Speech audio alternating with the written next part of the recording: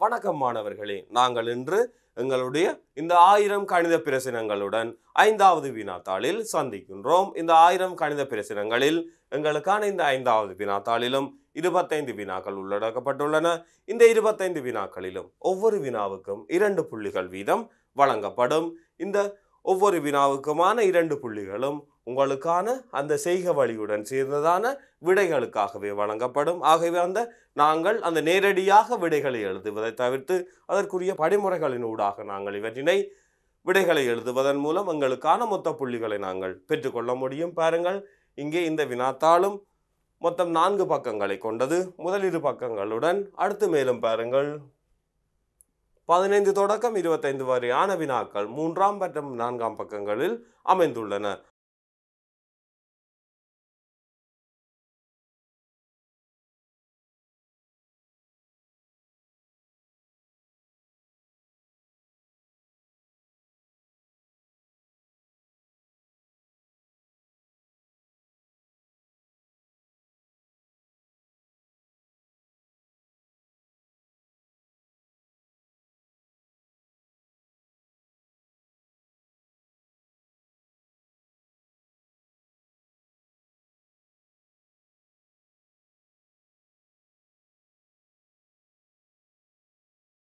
ஆகவே நாங்கள் இப்போது எங்களுடைய இந்த 5வது வினாத்தாளின் முதலாவது வினாவை முதலில் நோக்குவோம். 5வது வினாத்தாளின் முதலாவது வினா, சுருக்குக 16 டன் 65 கிலோகிராமை நாங்கள் 5 வகுக்க உள்ளோம். பாருங்கள், 16 டன் 65 கிலோகிராமினை 5 வகுக்க உள்ளோம். இங்கே வகுக்கும் போது மிக முக்கியமாக கவனிக்க வேண்டியது இந்த அலகுகளுக்கு இடையிலான தொடர்பை. ஒரு தொன்னானது 1000 கிலோகிராமுக்கு சமன். ஆகவே கிலோகிராமிலே 3 இலக்கங்களை கொண்ட எண்களாக நாங்கள் எழுதப்படுதல் வேண்டும். ஆகவே இதிலே கட்டாயமாக நாங்கள் பூஜ்ஜியத்தினை சேர்த்து கொள்ள வேண்டும் வகுக்கும் போது. இந்த வகுக்கும் போதும் பெருக்கும் போதும் இதை நிச்சயமாக நீங்கள் கவனத்தில் கொள்ள வேண்டும், இந்த அலகுகளுக்கு இடையிலான தொடர்புகளை. பாருங்கள், இப்போது நாங்கள் இதனை வகுப்போம். மிக இலகுவாக 16 டன் 65 கிலோகிராம். இப்போது பாருங்கள், 5 வகுக்கும் போது 3 15 மீதி 1. நாங்கள் இப்போது அந்த பூஜ்ஜியத்தை இடாது விட்டிருந்தால் 6 என நாங்கள் சேர்த்திருப்போம்.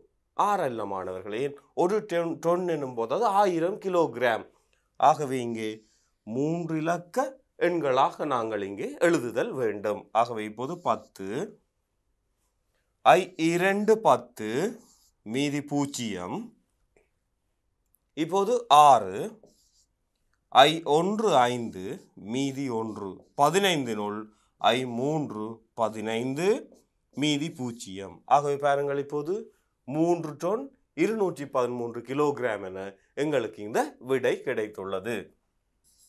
3 டன் 213 கிலோகிராமாக எங்களுக்கான இந்த விடை கிடைத்துள்ளது. இங்கே நாங்கள் வகுத்து விடை போல் எழுதுவதற்கு 2 புள்ளிகளை நாங்கள் பெற்றுக்கொள்ள முடியும். இங்கே 2 புள்ளிகள் எங்களுக்கு வழங்கப்படும். இது முதலாவது வினா. 2வது வினாவை நாங்கள் நோக்குவோம். தரப்பட்ட உருவில் உள்ள முக்கோணிகளின் எண்ணிக்கை யாது? அது எத்தனையாவது முக்கோண எண்ணாகும்? மிக இலகுவாக அந்த முக்கோணிகளின் எண்ணிக்கை பாருங்கள். சிறிய முக்கோணிகள் 1 2 3. அடுத்து பார்ப்போம். 2 முக்கோணிகளை சேர்க்கும் போது இங்கே ஒரு முக்கோணி, இங்கே ஒரு முக்கோணி. இந்த 3ஐயும் சேர்க்கும் போது 1, மொத்தமாக 6 முக்கோணிகள். நாங்கள் இப்போது மொத்தமாக 6 முக்கோணிகளை பெற்றுக்கொள்ள முடியும். இதை மிக இலகுவாக பாருங்கள், எழுதுவோம். இங்கே 1 2 3, 1 சக 2 சக 3 என எழுதும் போது அது 6. இவ்வாறு பாருங்கள், முக்கோணிகள் இவ்வாறு இந்த உருவில் உள்ள முக்கோணிகளின் எண்ணிக்கை எனும்போது 1 2 3 4. இவற்றினை நாங்கள் கூட்டும் போது பாருங்கள் 10 முக்கோணிகள் மிக இலகுவாக நாங்கள் இங்கே காண முடியும். இது முக்கோண எண்களை காண்பதற்காக கூட்டும் சூத்திரத்தை நாங்கள் இங்கே பயன்படுத்த முடியும். ஆக இப்போது பாருங்கள் மொத்தம் 6 முக்கோணிகள். 6 என்பது எத்தனையாவது முக்கோணம்? 3வது முக்கோணம். 1 3 6 என்ற வகையில் செல்லும். ஆகவே இது 3வது முக்கோண எண் ஆகும். 3வது முக்கோண எண் ஆகும்.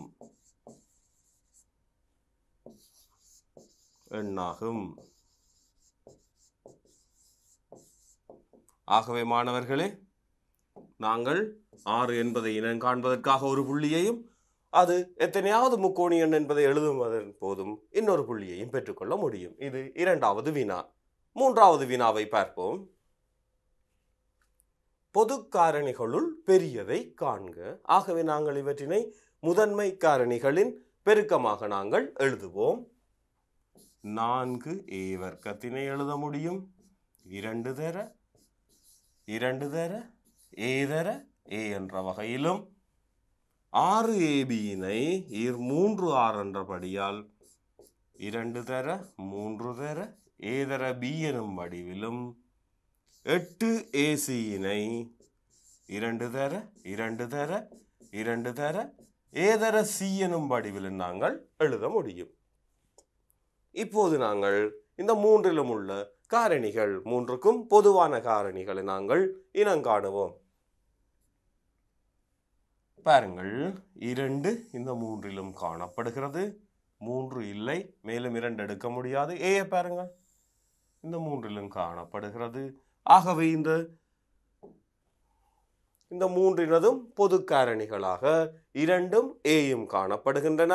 ஆகவே இவற்றின் பொது காரணிகளுள் பெரியது 2 தர 2 ஆகும். 2a ஆகும்.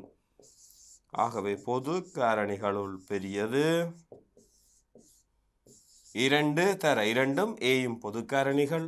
ஆகவே 2 தர 2a ஆகும். பாருங்கள், இதனை வகுத்தல் முறை மூலம் நாங்கள் செய்து கொள்ள முடியும். பாருங்கள், 4a வர்க்கம் 6ab 8ac. இப்போது நாங்கள் இதனை வகுப்போம். பாருங்கள்,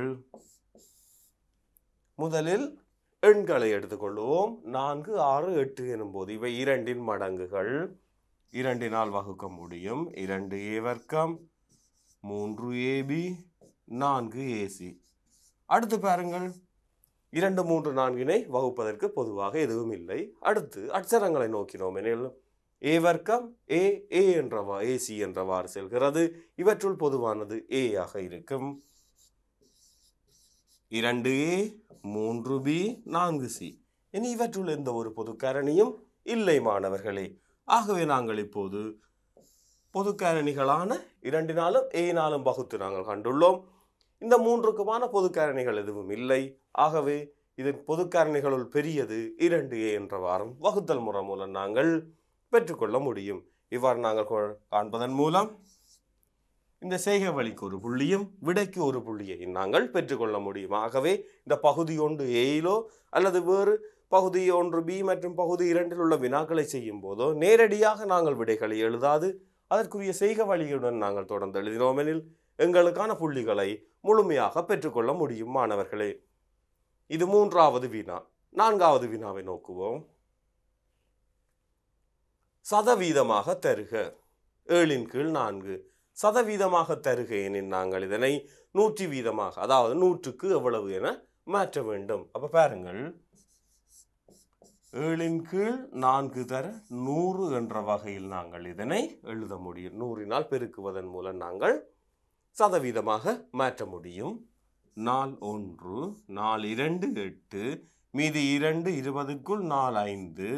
ஆகவே பாருங்கள், 7 5 35 3 மீதி 7 2 14 3 17 175 சதவீதம். இங்கே நாங்கள் இந்த சமன்பாட்டை எழுதுவதற்கு ஒரு புள்ளியும் இதை நாங்கள் சதவீதமாக காட்டுவதற்கு இன்னொரு புள்ளியும் வழங்கப்படும். ஆகவே பாருங்கள், அல்லது நாங்கள் இதனை வேறொரு முறையில் நாங்கள் கண்டுகொள்ள முடியும். பாருங்கள், பகுதி எண் 100ஐ கொண்ட பின்னமாக 100க்கு எத்தனைதான சதவீதம்? ஆகவே பாருங்கள், இங்கே 7 கீழ் 4 எனும் போது இந்த பகுதி எண்ணை 100 உள்ளதாக நாங்கள் மாற்றும் போது எங்களுக்கு அந்த சதவீதத்தினை இலகுவாக பெற்றுக்கொள்ளலாம். பகுதி எண்ணை 100ஆக மாற்றுவதற்காக நாங்கள் 4 தர 25 என்றவாறு பகுதி எண்ணை பெருக்குகிறோம். பகுதியை 25ஆல் பெருக்கும் போது தொகுதியையும் எங்களால் 25ஆல் பெருக்கிக் கொள்ள முடியும். ஆகவே 4 தர 25 100, 7 5 35 3 மீதி 7 2 14 3 17. அப்போ 100க்கு 175. ஆகவே இங்கே 100க்கு 175 எனில் அது 175% ஆகும். இந்த இருவேறு முறைகளில் முதலாவது உங்களுக்கு இலகுவானதாக இருக்கும். எந்த ஒரு பின்னத்தையுமே சதவீதமாக மாற்றுவதற்கு நாங்கள் 100னால் பெருக்குவது சுலபமாகும். இது உங்களுக்கான 4வது வினா. 5வது வினாவை பார்ப்போம். x = 2 y = 5 ஆயின் x வர்க்கம் y சக xy வர்க்கத்தின் பெருமானத்தை நாங்கள் காண வேண்டும். இது பாருங்கள் 5வது வினா. பாருங்கள், x வர்க்கம் y சக xy வர்க்கம். இப்போது x வர்க்கம் எனில் அது 2 இன் 2ஆம் வலு. 2 இன் வர்க்கம் தர yற்கு பதிலாக 5. 2 தர 5 இன் வர்க்கம். பாருங்கள், நாங்கள் இப்போது தரப்பட்டுள்ள x = 2 y = 5 என்பதை நாங்கள் தரப்பட்டுள்ள கோவையில் பிரதியிட்டுள்ளோம். அடுத்து சுருக்க முடியும் மிக இலகுவாக. 2 தர 2 4 தர 5 2 4 சக 2 தர 5 25. இப்போது 5 20 சக 50. பெருக்கலும் கூட்டலும் வரும்போது முதலில் பெருக்கலுக்கு முன்னுரிமை, அதனால் நாங்கள் பெருக்குகிறோம். பொட்மேஷின் ஒழுங்கு விதியை பயன்படுத்துகிறோம். ஆகவே 20 50 70. இங்கே பாருங்கள், மிக இலகுவாக நாங்கள் எக்ஸிற்கு 2ஐயும் வையிற்கு 5ஐயும் நாங்கள் பிரதியிட்டோம். அடுத்து வலுக்களை நாங்கள் 2 2 4 5 2 5 25 என்ற வகையில் கண்டு முதலில் பெருக்கலை செய்து பின்னர் கூட்டலை நாங்கள் செய்து கொண்டுள்ளோம். ஆகவே எங்களுக்கு இங்கே பாருங்கள், விடைக்கு ஒரு புள்ளியும் இந்த பிரதியிடலுக்கு ஒரு புள்ளியுமாக 2 புள்ளிகள் எங்களுக்கு கிடைக்கும். அடுத்து பார்ப்போம். இது 5வது வினா.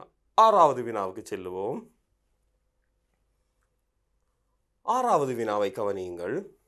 4 7 10 13 எனும் எண் கோலத்தின் பொது உறுப்பு tn சமன் 3n சக k எனில் k-இன் பெருமானம் யாது? அப்ப பாருங்கள், இப்போது இந்த பொது உறுப்பு tn-ஐ எழுத முடியும். 3n சக k என்றவாறு எழுதியுள்ளோம். ஆகவே இதிலே பாருங்கள், மிக இலகுவாக இந்த 3n சக k என்பது இந்த எந்த ஒரு உறுப்புக்கும் இது பொருந்தும். ஆகவே முதலாம் உறுப்பு 4 எனில் நாங்கள் முதலாம் உறுப்புக்கு பதிலாக 1ஐ பிரதியிடும் போது எங்களுக்கு அங்கே 4 கிடைக்க வேண்டும். இரண்டாம் உறுப்பு 7 ஆகையால் n = 2ஐ நாங்கள் பிரதியிடும் போது 7 கிடைக்க வேண்டும். ஆகவே இப்போது பாருங்கள், முதலில் நாங்கள் n = 1 நாங்கள் பிரதியிட்டு மிக இலகுவில் காண முடியும். பாருங்கள், n = 1 எனின் எங்களுக்கு முதலாம் உறுப்பு கிடைக்கும். ஆகவே t1 சமன் 3 தர 1 சக k என எழுத முடியும். ஆனால் முதலாம் உறுப்பு எங்களுக்கு தெரியும் 4. ஆகவே t1-ஐ நாங்கள் எழுதுவோம்.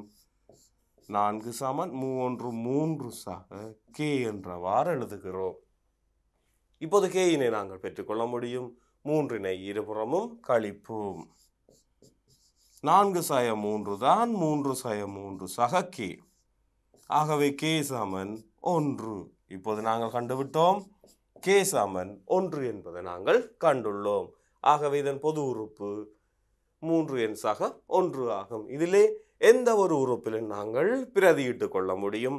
எந்த ஒரு உறுப்பிலும் நாங்கள் பிரதியிடுவதன் மூலம் அந்த k-இனை பெருமானத்தை நாங்கள் இலகுவில் கண்டுகொள்ள முடியும். பாருங்கள் மாணவர்களே, இந்த k-இன் பெருமானத்தை நாங்கள் எழுதுவதற்கு ஒரு புள்ளியும் சரியான பிரதியீட்டிற்கு நாங்கள் ஒரு புள்ளியை இங்கே பெற்றுக்கொள்ளுவோம். அடுத்து பார்ப்போம் இப்போது 7வது வினாவை.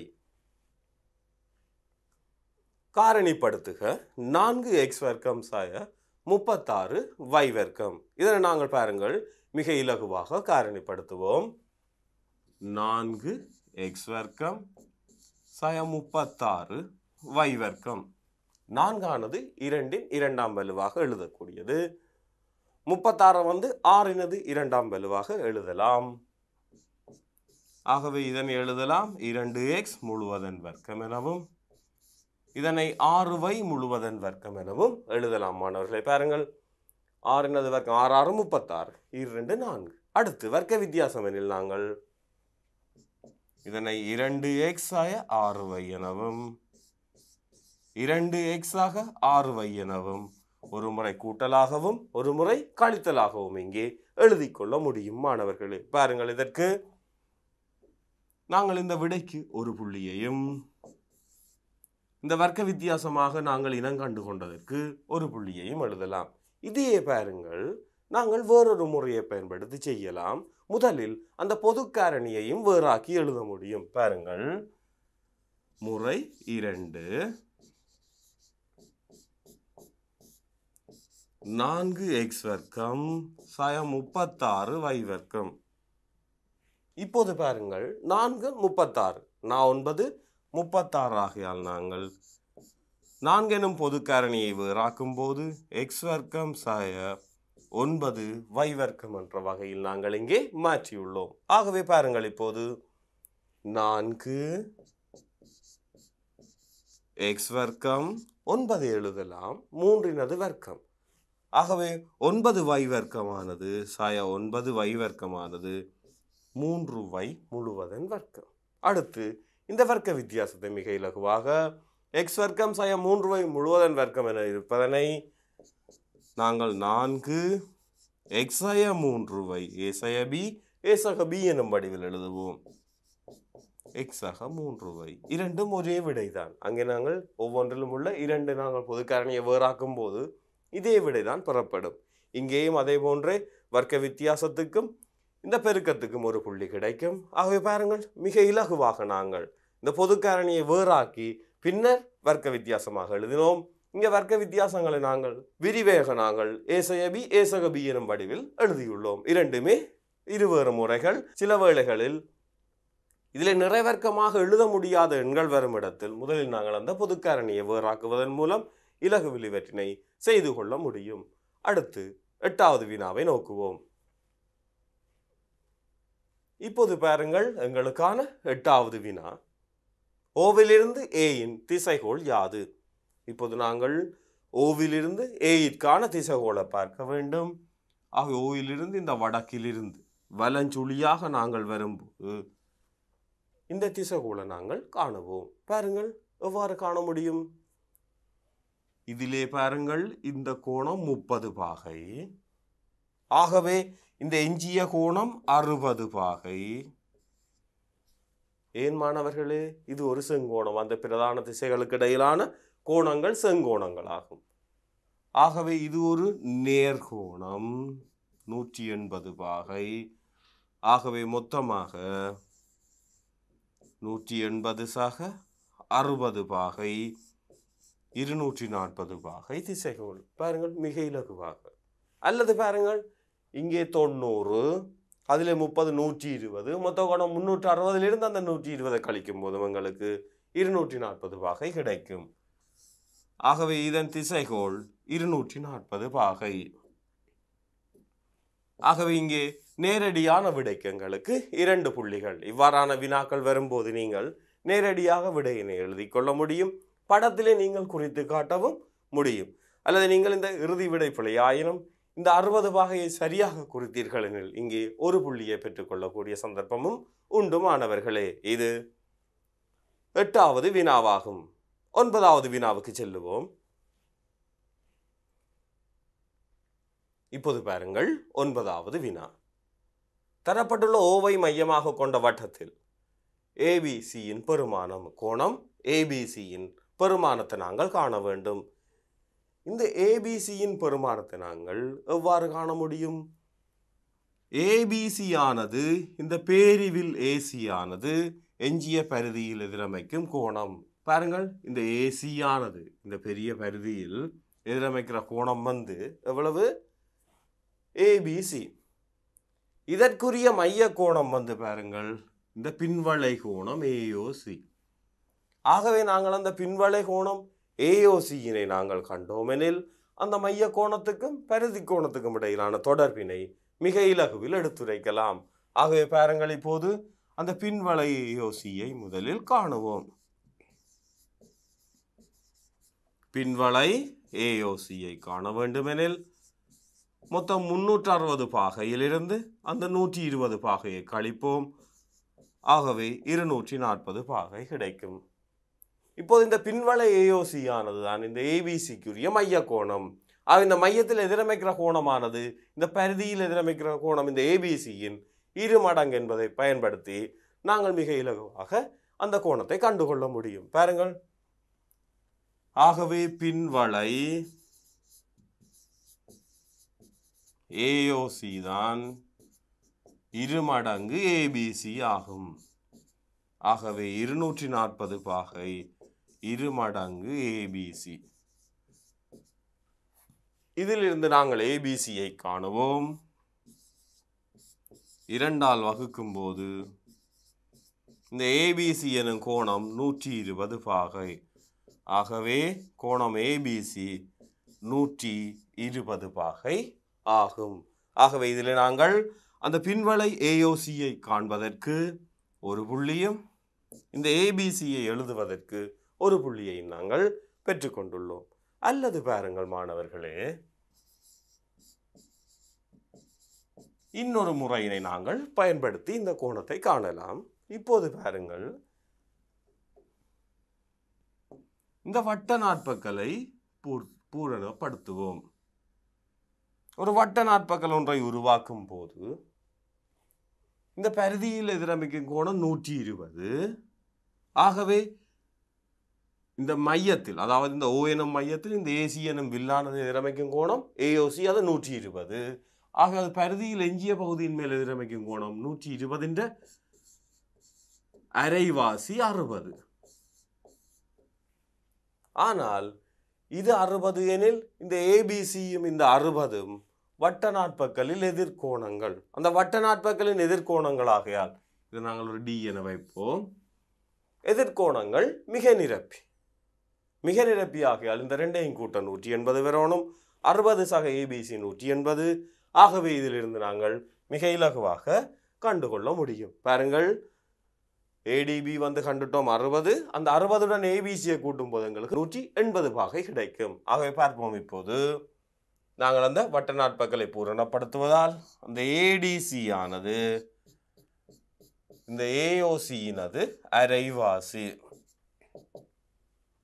அதாவது பரிதியில் எதிரமைக்கும் கோணம் மையத்தில் எதிரமைக்கும் கோணத்தின் அரைவாசி. அரை தர 120, அது 60. ஆகவே பாருங்கள் மாணவர்களே, இந்த தொடர்புகளை எழுதும் போது நாங்கள் இதற்குரிய காரணங்களையும் குறிப்பிட வேண்டும்.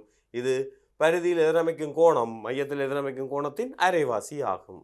இறுதியில் இப்போது பார்ப்போம், அந்த ஏடிசியும் ஏபிசியையும் கூட்ட எங்களுக்கு 180 பாகை. இது வட்ட நாட்பக்கலின் எதிர்கோணங்கள் மிகை நிரப்பி எனும் தேற்றத்தை பயன்படுத்தி எழுதுகிறோம்.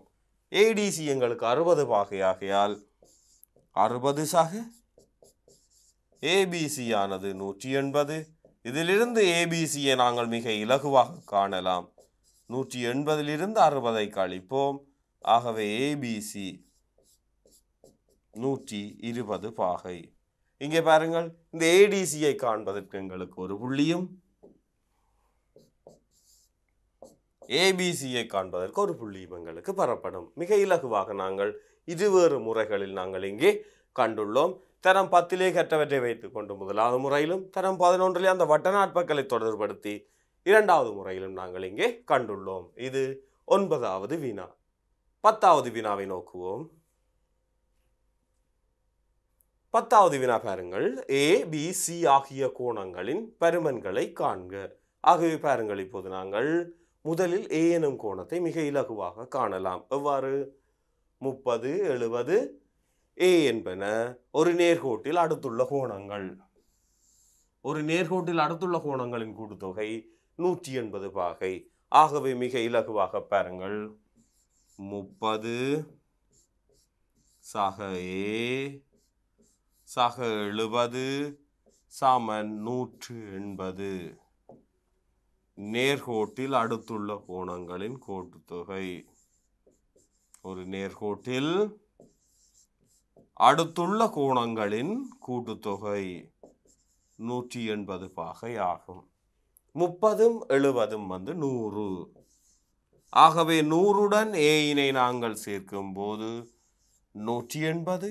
இருபுறமும் நாங்கள் 100னை கழித்தோம் எனில் 180 100 ஏ சமன் 80. இப்போது ஏயின் பெருமானத்தை நாங்கள் பெற்றுக்கொண்டோம். பியும் சியும் நேரடியான பெருமானங்களாக காண முடியும். ஏனெனில் இவை இரண்டும் சமாந்தர நேர்கோடுகள். ஆகவே பாருங்கள், ஒன்று விட்ட கோணங்கள் சமன். பி சமன் 30. அடுத்து சியை பார்த்தோம் எனில் இங்கே சி 70. மிக இலகுவாக ஒன்று விட்ட கோணங்கள் சமனாகும் மாணவர்களே. மிக இலகுவாக பாருங்கள், பி சமன் 30 பாகை ஒன்று விட்ட கோணங்கள், ஏனெனில் அவை சமாந்தரங்கள். அடுத்து பாருங்கள், அதேதான் சி சமன் 70 பாகை. இங்கேயும் ஒன்று விட்ட கோணங்கள் சமனாகும். ஆகவே இங்கே நாங்கள் நீண்ட படிமுறையாக காணக்கூடியது ஏ ஒன்று தான். பியும் சியும் ஒரே காரணத்தை பயன்படுத்தி ஒன்று விட்ட கோணங்கள் செட் வடிவில் அமைவதால் ஒன்று விட்ட கோணங்களை பயன்படுத்தி நாங்கள் இங்கே பியையும் சியையும் கண்டுள்ளோம். ஏஐ காண்பதற்கு இங்கே ஒரு புள்ளியையும் பியையும் சியையும் காண்பதற்கு ஒரு புள்ளியையும் நாங்கள் இங்கே பெற்றுக்கொள்ள முடியும். இதில் நீங்கள் அந்த குறித்த காரணங்களை எழுதாவிட்டில் உங்களுக்கான புள்ளிகள் குறைக்கப்படும். சரியா மாணவர்களே? அடுத்து நாங்கள் 11வது வினாவை பார்ப்போம். 11வது வினாவை கவனியுங்கள். ஏபிசிடி ஒரு செவ்வகமாகும் எனின் இந்த முக்கோணி ஏபிபியின் பரப்பளவுக்கு ஏபிபியின் பரப்பளவை நாங்கள் கண்டுகொள்வோம். பாருங்கள், ஏபிபியின் பரப்பளவு என்பது ஏபிபி என்பது இதுதான். ஆகவே பாருங்கள், இப்போது ஏபிபியின் பரப்பளவுக்கு சமனான பரப்பளவுள்ள முக்கோணி ஒன்றினை நாங்கள் பெயரிட வேண்டும். இப்போ பாருங்கள், இந்த ஏபிபி என்பது இந்த செவ்வக பரப்பினது அரைவாசி. ஏன் அரைதர அடிதர செங்குத்துயரம் என எழுத முடியும். ஆகவே பாருங்கள், இப்போது செவ்வகத்தின் நீளம்தான் அந்த முக்கோணியின் அடியாகவும் செவ்வகத்தின் அகலம்தான் அந்த முக்கோணியின் உயரமாகவும் உள்ளது. இதே போன்று இன்னொரு முக்கோணியை நாங்கள் அவதானிக்கலாம். பாருங்கள், இந்த ஏடிக்யூவை பாருங்கள், அதன் அடி செவ்வகத்தின் அகலம், அதன் செங்குத்துயரம் செவ்வகத்தின் நீளம். ஆக அதுவும் செவ்வகத்தின் பரப்பின் அரைவாசியாக காணப்படும். ஆகவே நாங்கள் இந்த ஏடிக்யூவின் பரப்பளவு ஆனது ஏபிபியின் பரப்பளவிற்கு சமன் என்பதை இனங்கண்டு கொண்டோம். பாருங்கள், ஏடிக்யூ என்பதை நாங்கள் மிக இலகுவாக இங்கே இனங்கண்டு கொண்டோம். பாருங்கள், இப்போது முக்கோணி ஏபிபியின் பரப்பளவை எழுதலாம்.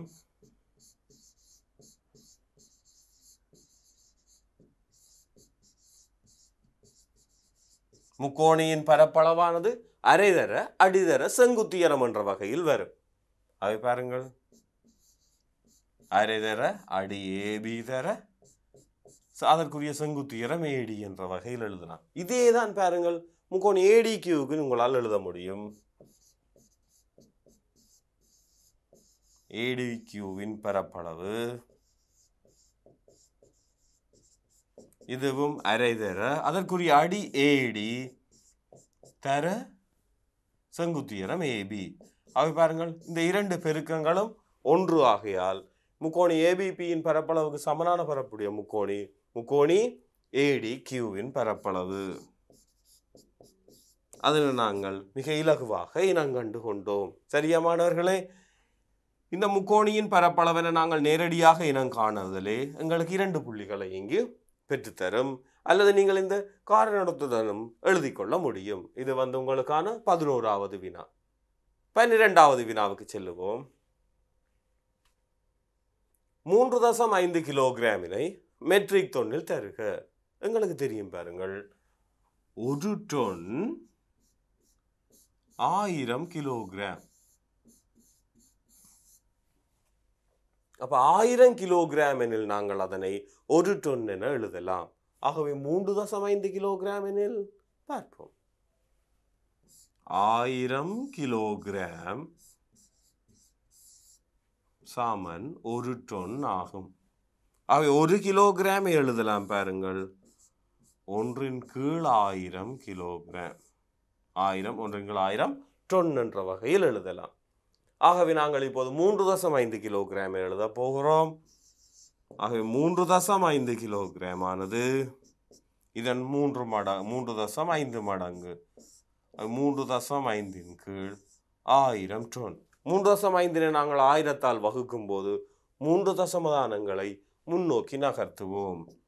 1 2 3 0.0035 டன் என்ற வகையில் நாங்கள் இங்கே கொடுக்க முடியும். ஆகவே பாருங்கள், நாங்கள் இப்போது 1000ஆல் வகுப்பதற்கு ஒரு புள்ளியையும் டொன்னில் அதனை மாற்றுவதற்கு ஒரு புள்ளியையும் நாங்கள் பெற்றுக்கொள்கிறோம். மிக இலகுவாக நாங்கள் கிலோகிராமை டொன்னாக்குவதற்கு 1000ஆல் வகுக்க வேண்டும். டொன்னை கிலோகிராம் ஆக்குவதற்கு பெரிய அலகிலிருந்து சிறிய அலகுக்கு செல்லும் போது பெருக்குவோம். சிறிய அலகிலிருந்து பெரிய அலகு செல்லும் போது வகுப்போம். சரியா மாணவர்களே? இது உங்களுக்கான 12வது வினா. 13வது வினாவை பார்ப்போம். ஏபியிற்கு 2 5ற்காகவும் பிசியிற்கு 3 1க்கும் எனின் ஏபியிற்கு சியிற்குரிய விகிதத்தை நாங்கள் காண வேண்டும். பாருங்கள் மாணவர்களே, ஏபியிற்கு சியிற்கு என்ற விகிதத்தை நாங்கள் காண வேண்டும். அதிலே ஏபியிற்கு 2 5ற்கு பிசியிற்கு 3 1க்கு என்ற வகையில் உள்ளது. ஆகவே பாருங்கள், 2 விகிதத்திலையும் பொதுவான கணியமாக இருப்பது பி. ஆனால் பி ஆனது சமனாக இல்லை. இங்கே 5ஆக உள்ளது, இங்கே 3ஆக உள்ளது. ஆகவே 5னதும் 3னதும் பொது மடங்கு ஒன்றை நாங்கள் கண்டுபிடிப்போம். 5 15. 5 15ஆக எடுக்க வேண்டுமெனில் 5ஐ 3ஆல் பெருக்க வேண்டும். 3னை நாங்கள் 5னால் பெருக்குவோம். அப்போது பாருங்கள், இங்கே 3 15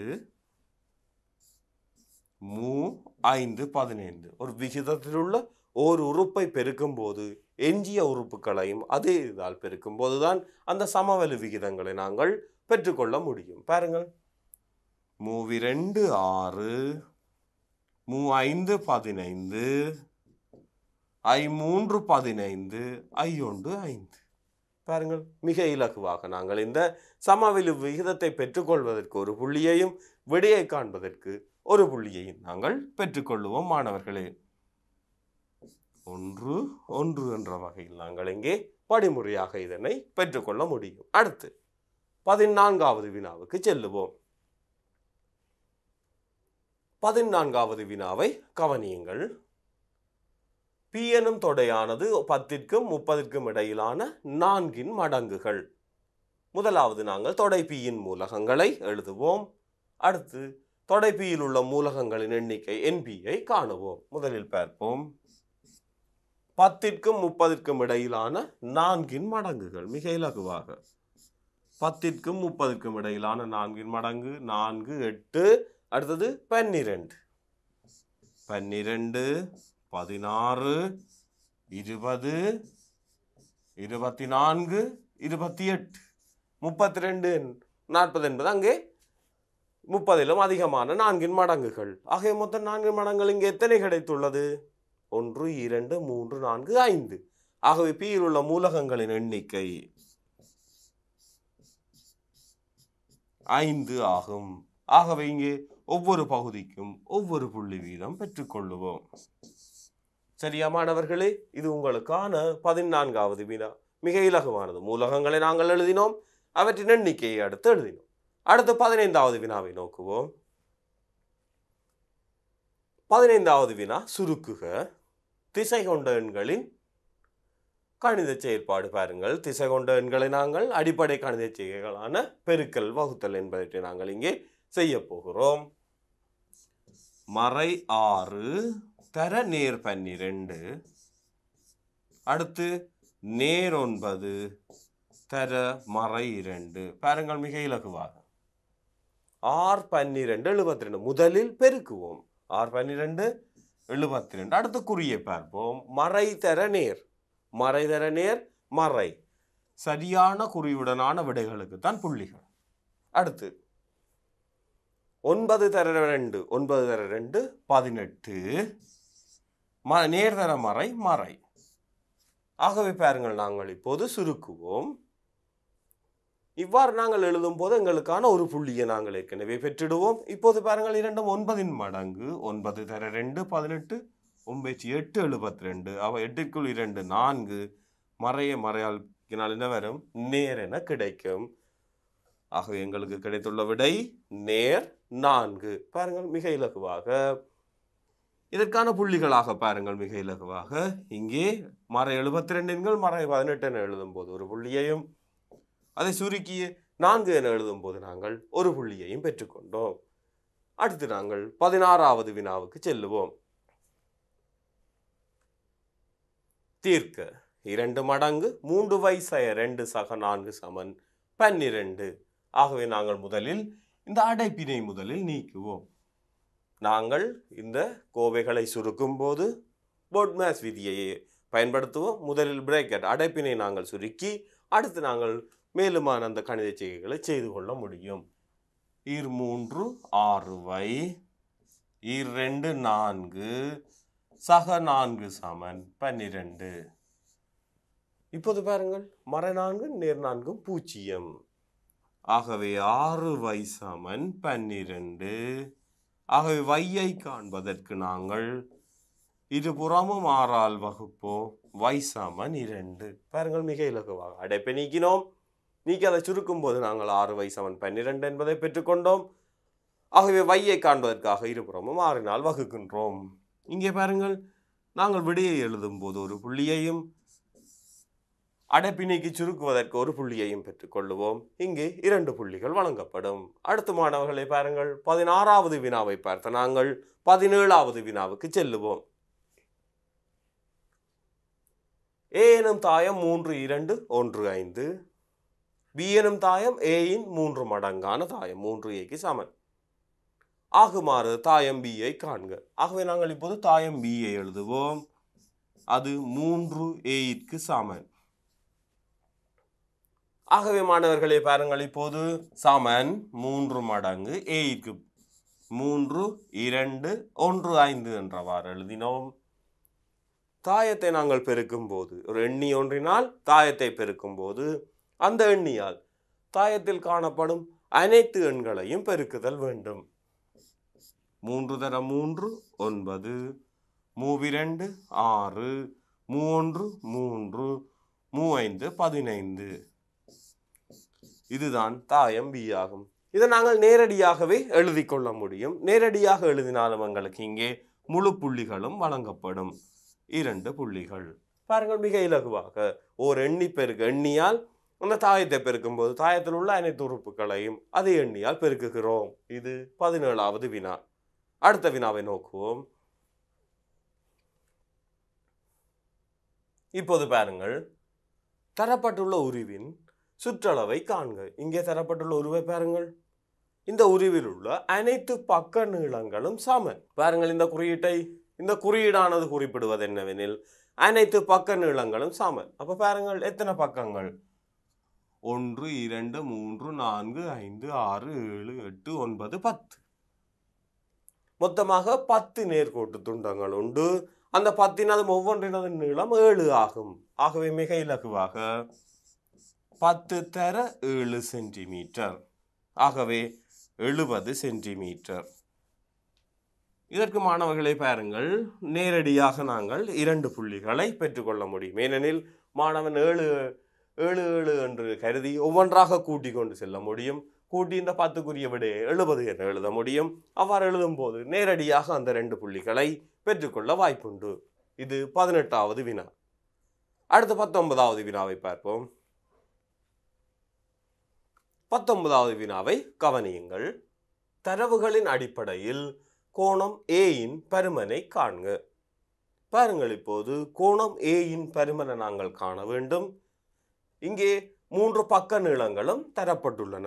3 பக்க நீளங்களும் தரப்பட்டு ஒரு கோணத்தின் பருமனை கேட்கும் போது நாங்கள் இதற்கு தொடர்புபடுத்தக்கூடிய ஒரே ஒரு வழி இந்த பைதகரஸின் தேற்றம். பக்கங்களுக்கு இடையிலான தொடர்பினை நாங்கள் பயன்படுத்தி இந்த கோணத்துடன் தொடர்படுத்துவது பைதகரஸின் தேற்றத்தில். அதாவது அந்த செங்கோண முக்கோணிகளுக்கு தான் நாங்கள் இந்த பக்கங்களுக்கு இடையிலான தொடர்புகளை பயன்படுத்த முடியும். பார்ப்போம். இந்த மிகப்பெரிய பக்கத்தின் வர்க்கத்தை காணுவோம். ஏனைய இரு பக்கங்களின் வர்க்கங்களை கூட்டி பார்ப்போம்.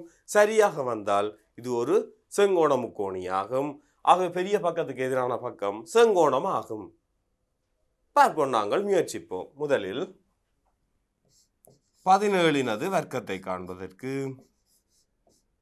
17 17 பெருக்க உள்ளோம். பாருங்கள், 17 தர 17 7 7 49 4 மீதி 7 7 4 11 1 7 1 1 9 8 2 289. அடுத்து பார்ப்போம். 7 15 கூட்டுத்தொகையை காண்போம். 7 15 வர்க்கங்களின் கூட்டுத்தொகைக்கு இது சமனாகுமா என பார்ப்போம். 7 வர்க்கம் 7 தர 7 49. அடுத்து 15 வர்க்கம் 15 தர 15. ஆகவே 15 தர 15 நாங்கள் பெருக்குவோம். 5 25 2 மீதி 5 5 2 7 1 5 1 1 5 12 2 225. பாருங்கள், 5 4 9 5 14 1 மீதி இங்கே 7. பாருங்கள், இப்போது 49 சக 225 ஆனது 289ற்கு சமனாக வருகிறது. அதாவது இது 7 வர்க்கமும் 15 வர்க்கமும் 17 வர்க்கத்துக்கு சமனாகிறது. ஆகவே இது பைதகரஸின் தொடர்பை திருப்திப்படுத்துகிறது. ஆகவே ஏபிசி ஒரு செங்கோண முக்கோணி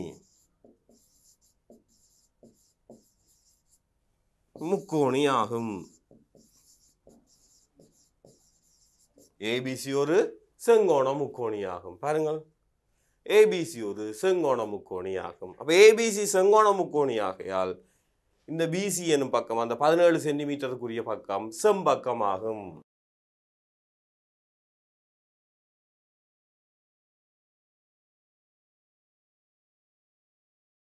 பிசி ஆனது செம்பக்கமாகும். பிசி செம்பக்கம் எனில் அந்த ஏனும் கோணம் செங்கோணம். ஆகவே பிஏசி 90 பாகை. மிக இலகுவாக பாருங்கள், நாங்கள் அந்த பக்கங்களின் வர்க்கங்களுக்கு இடையிலான தொடர்புகளை பெற்று அது பைதகரஸின் தொடர்பை திருப்திப்படுத்துகிறன காட்டி அதிலிருந்து செம்பக்கத்தை இனங்கண்டோம். செம்பக்கமானது செங்கோணத்துக்கு எதிராக இருக்கும். ஆகவே அந்த செங்கோணம் பிஏசி என்பதை நாங்கள் உறுதிப்படுத்தியுள்ளோம். இங்கே நாங்கள் இந்த பக்கங்களுக்கு இடையிலான தொடர்பை பெறுவதற்கும் பிஏசி 90 பாகை என்பதை கூறுவதற்கும் ஒவ்வொரு புள்ளிகளை நாங்கள் பெற்றுக்கொள்ள முடியும். இது 19வது வினா. 20வது வினாவுக்கு செல்லுவோம். உருவில் உள்ள தரவுகளை கொண்டு பிடியின் நீளத்தை நாங்கள் காண வேண்டும். பாருங்கள், இங்கே ஏஇடி மற்றும் ஏசிபி என்பன செங்கோண முக்கோணிகள். இவை செங்கோணங்கள் என்பதால் முதலில் நாங்கள் இதன் சமாந்தரங்களாக இருக்கும் என்பதை குறிப்பிட முடியும். ஆகவே முக்கோணி ஒன்றின் ஒரு பக்கத்துக்கு சமாந்தரமாக வரையும் நேர்கோடு அதன் ஏனைய இரு பக்கங்களையும் விகித சமனாக பிரிக்கும். மிக இலகுமானவர்களே, பாருங்க. ஆகவே இதிலிருந்து நாங்கள் ஒரு தொடர்பை எடுக்கலாம். ஏஇற்கும் இசிற்கும் இடையிலான விகிதம் ஏடிற்கும் டிபிற்கும் இடையிலான விகிதத்திற்கு சமனாகும். ஆகவே பாருங்கள், இப்போது ஏஇ 4 சென்டிமீட்டர், இசி 3 சென்டிமீட்டர், ஏடி 8 சென்டிமீட்டர், டிபியின் நீளத்தை காண வேண்டும். ஆகவே நாங்கள் இப்போது இருபுறமும் 3 டிபியினாலும் பெருக்குவதன் மூலம் 4 டிபி ஆனது 3 தர 8 என்ற வகையில் பெறப்படும். ஆகவே டிபியை காண்பதற்கு 4 வகுப்போம். டிபி ஆனது பாருங்கள், 4 1 4 2 8 3 2 6 சென்டிமீட்டர். மிக இலகுவாக நாங்கள் இந்த தொடர்பினை பயன்படுத்தி கண்டுள்ளோம். அல்லது பாருங்கள், நீங்கள் நேரடியாக 4 2 8 ஆகவே 3 2 6 என்ற வகையிலும் இங்கே எழுதி இந்த டிபியின் பெருமானத்தை கண்டுகொள்ள முடியும். ஆகவே மாணவர்களே, இங்கே எங்களுக்கு டிபி 6 சென்டிமீட்டர் என்பதை எழுதுவதற்கும் அதற்கு முன்னதாக இந்த தொடர்பினை எழுதுவதற்கும் ஒரு புள்ளி கிடைக்கும். மொத்தமாக 2 புள்ளிகளை நாங்கள் இங்கே பெற்றுக்கொள்ளலாம். 21வது வினாவை பார்ப்போம். 21வது வினாவை பாருங்கள். வட்டத்தின் மையம் O ஆகும். AEB ஆனது 30 பாகை. AEB எனும் இந்த கோணம் 30 பாகை. EDF எனும் கோணம் 70 பாகை. EDF எனும் இந்த கோணம் 70 பாகை. எங்களுக்கு இந்த 2 தரவுகளும் தரப்பட்டுள்ளன. எனின் இந்த கோணம் ABCயின் பருமனை காண்போம். ABC எனும் இந்த கோணத்தின் பருமனை நாங்கள் காண வேண்டும். தெளிவாக பாருங்கள், இது மையம். ஆகவே BE ஆனது விட்டமாகும். BE விட்டம் எனில் இந்த A எனும் கோணம் அரைவட்ட கோணம். A எனும் கோணம் அரைவட்ட கோணம். A அரைவட்ட கோணமாதலால் இது 30 பாகை, இது 90 பாகை. ஆகவே எஞ்சியது இது 60 பாகை ஆகும். 90 30 60 90 ஆகவே 180. இப்போ இந்த பகுதியை கண்டுவிட்டோம். அடுத்து இந்த பகுதி, அதாவது என்ன, EBC எனும் கோணத்தை கண்டோம் எனில் நாங்கள் இந்த ABC எனும் கோணத்தை மிக இலகுவாக குறிப்பிடலாம். அதற்காக பாருங்கள், நாங்கள் BC DE எனும் இந்த வட்ட நாட்பக்கலை கருதுவோம். இந்த வட்ட நாட்பக்கலானது, அதாவது வட்டத்தில் உள்ள 4 புள்ளிகளை இணைக்கின்றோம். இந்த 4 புள்ளிகளும் வட்டத்தின் மீது அமைந்துள்ளதால் இது ஒரு வட்ட நாட்பக்கல். வட்ட நாட்பக்கலின் ஒரு பக்கத்தை நீட்ட உண்டாகும் புறக்கோணம் அதன் அகத்தெதிர் கோணத்திற்கு சமனாகையால் இது 70 பாகை. ஆகவே ABC ஆனது 60 சக 70 130 என்ற வகையில் நாங்கள் மிக இலகுவாக பெற்றுக்கொள்ளலாம். ஆகவே ABC ஆனது 130 பாகை. பாருங்கள், மிக இலகுவாக நாங்கள் பாருங்கள், முதலில் இந்த ABEனை கண்டோம். இந்த ABE ஆனது அரைவட்ட கோணம் செங்கோணமாகையால் முக்கோணி ஒன்றின் இரு கோணங்கள் 180 பாகையில் இருந்து இந்த 90ஐயும் 30ஐயும் கழிப்பதால் எங்களுக்கு கிடைக்கும். ஆகவே 180 சாய 120. ஆகவே அது 60 பாகை. அடுத்து இந்த EBC எனும் கோணத்தை எங்களால் பெற்றுக்கொள்ள முடியும். அது 70 பாகை. அது வட்ட நாட்பக்கலின் புறக்கோணம் அகத்து எதிர்கோணத்துக்கு சமன் என்ற வகையில் நாங்கள் பெற்றுக்கொண்டுள்ளோம். ஆகவே இவை 2ஐயும் கண்டால் எங்களுக்கு ABCயை மிக இலகுவில் எழுதக்கூடியதாக இருக்கும். ஆகவே ABC எனும் கோணமானது ABFினதும் ABEயினதும் EBCயினதும் கோணங்களின் கூட்டுத்தொகை. ஆகவே பாருங்கள், இப்போது 60 சக 70 சமன் 130 ஆகும். மிக இலகுவாக EABC ஆனது 130 என்பதை பெற்றுக்கொண்டுள்ளோம். ஆகவே நாங்கள் இப்போது இந்த புள்ளிகளை நாங்கள் மிக இலகுவாக பெற்றுக்கொள்ளலாம். இந்த 60ஐயும் 70ஐயும் காண்பதற்கு நாங்கள் ஒரு புள்ளியையும், EBCயை நாங்கள் அதனை கூட்டி பெற்றுக்கொள்வதற்கு 130 என காண்பதற்கு ஒரு புள்ளியையும் பெற்றுக்கொள்கிறோம். அடுத்து நாங்கள் 22வது வினாவுக்கு செல்லுவோம். 22வது வினாவை பாருங்கள். வகுப்பு ஒன்றில் உள்ள 33 பிள்ளைகளின் இடைநிறை 52 கிலோகிராம் ஆகும். 84 கிலோகிராம் நிறையுடைய பிள்ளை ஒன்று வகுப்பை விட்டு வெளியேறின். ஒரு பிள்ளை வெளியேறின் அங்கே 32 பிள்ளைகள் காணப்படும். ஆகவே அந்த 32 பிள்ளைகளின் இடைநிறையை காண வேண்டும். அந்த பிள்ளை சென்ற பிள்ளையின் நிறை 84. ஆகவே அந்த 84 நாங்கள் கூட்டுத்தொகையிலிருந்து குறைப்போம். ஆகவே முதலில் 33 பிள்ளைகளின் இடைநிறை 52 கிலோகிராம் ஆகையால் அந்த 33 பிள்ளைகளினதும் மொத்த நிறையை முதலில் காண்போம். 33 பிள்ளைகளினதும்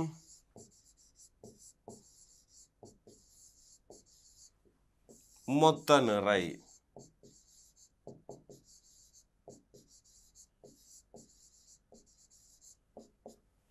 பாருங்கள் 33 தர 52 கிலோகிராம். ஆகவே பாருங்கள் இப்போது 33 நாங்கள் 52ஆல் பெருக்குவோம். 52 33ஆல் பெருக்குவது இலகு. ஏனெனில் 3 2 6 3 5 15 அதே தான் விட வரும். பாருங்க 3 5 15 6 1 7 1 1716 கிலோகிராம்.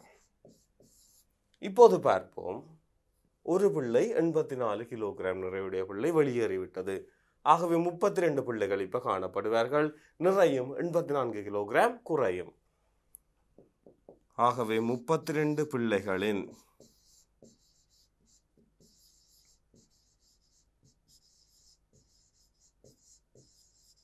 மொத்த நிறையை நாங்கள் காண்போம்.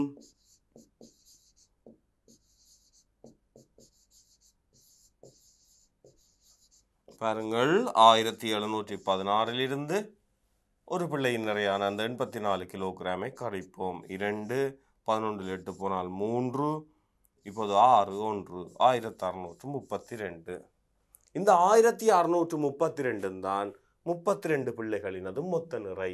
ஆகவே இப்போதுள்ள அந்த 32 பிள்ளைகளினதும் இடைநிறை. ஆகவே அவர்களின் இடைநிறை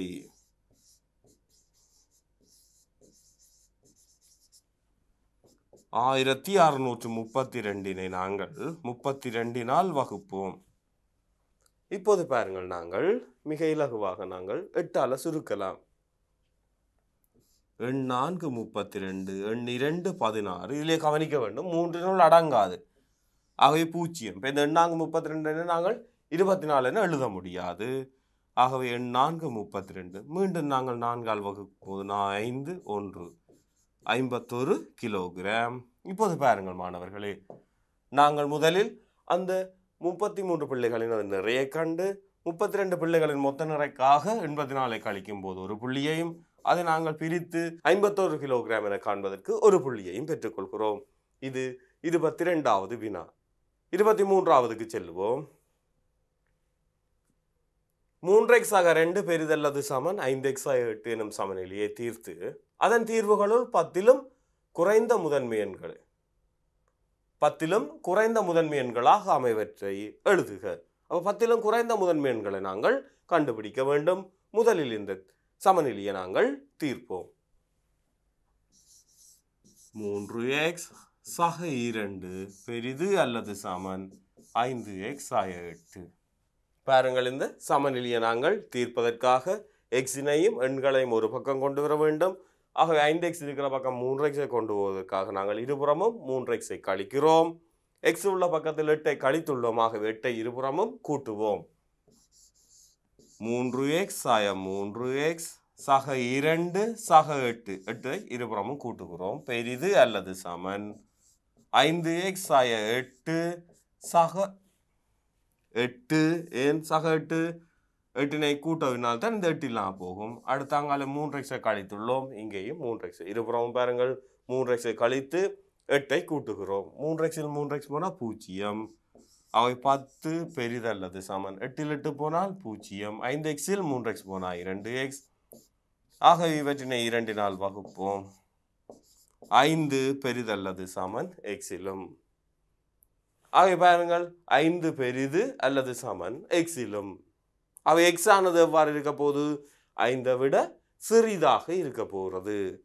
அப்போ 5 விட சிறிதாக இருக்க போது என்றால் 5க்கு சமன் அல்லது 5 விட குறைவு. சமனும் இங்கே வந்துள்ளது. அவை எக்ஸின் பரிமாணங்களாக 5 தான் மிகப்பெரிய பரிமாணமாக இருக்கும். அடுத்து 4 3 2 1 0 என்ற வகையில் குறைந்து கொண்டு செல்லும்.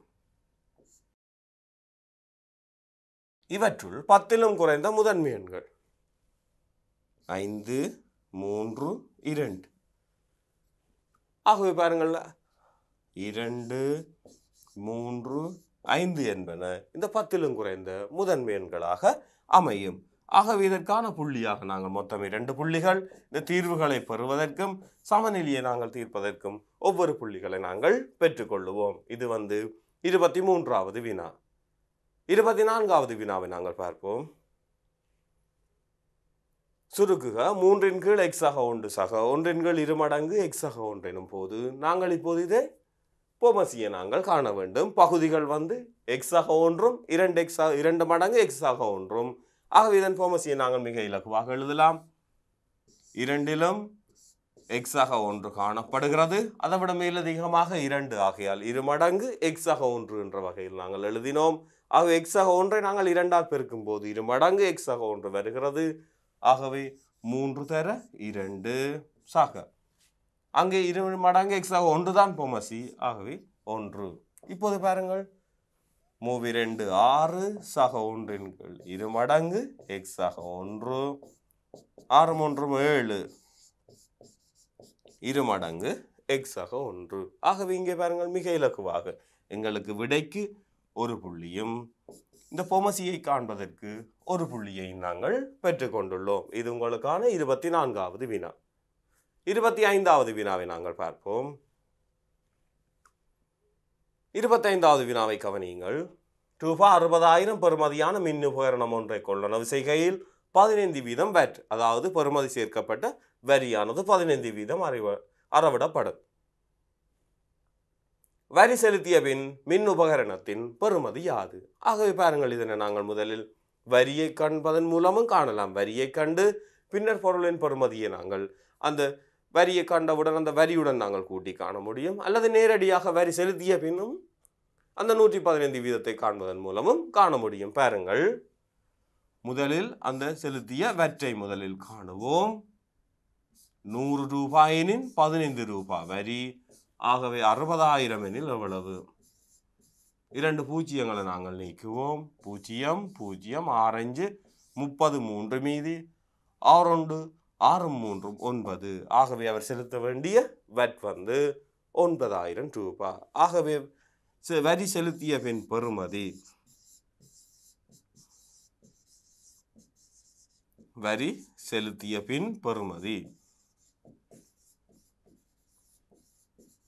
மிக இலகுவாக காணலாம். பொருளின் பெறுமதி 60, அதற்குரிய வரி 9,000. ஆகவே 69,000. பாருங்கள், இப்போது மிக இலகுவாக நாங்கள் இந்த 69,000 என்பதை கண்டுள்ளோம். இதை பாருங்கள், நாங்கள் இந்த வட் வரியை காண்பதற்கு ஒரு புள்ளியும் மொத்த தொகையை எழுதுவதற்கு ஒரு புள்ளியும் இங்கே நாங்கள் பெற்றுக்கொள்ள முடியும். இதையே நாங்கள் நேரடியாக நாங்கள் 15% வரி செலுத்திய பின் பொருளின் பெறுமதி 100 ரூபாயினின் 115 இருக்கும். ஆகவே 60,000 எனில் 2 பூஜ்ஜியங்களை நீக்குங்கள். 0 0 6 5 33 மீதி 6 6 9 9 6 3 9 6 69,000 என்ற வகையில் நாங்கள் நேரடியாகவும் இங்கே பெற்றுக்கொள்ள முடியும். இங்கேயானது புள்ளி எங்களுக்கு மிக இலகுவாக பாருங்கள், விடைக்கு ஒரு புள்ளியும் இந்த தொடர்புக்கு ஒரு புள்ளியும் பெறப்படும். இது உங்களுக்கான 25வது வினா. ஆகவே மாணவர்களை, நாங்கள் எங்களது 5வது வினாத்தாளின் 25 வினாக்களை நாங்கள் பார்த்துள்ளோம். வேறொரு வினாத்தாளுடன் உங்களை சந்திப்போம்.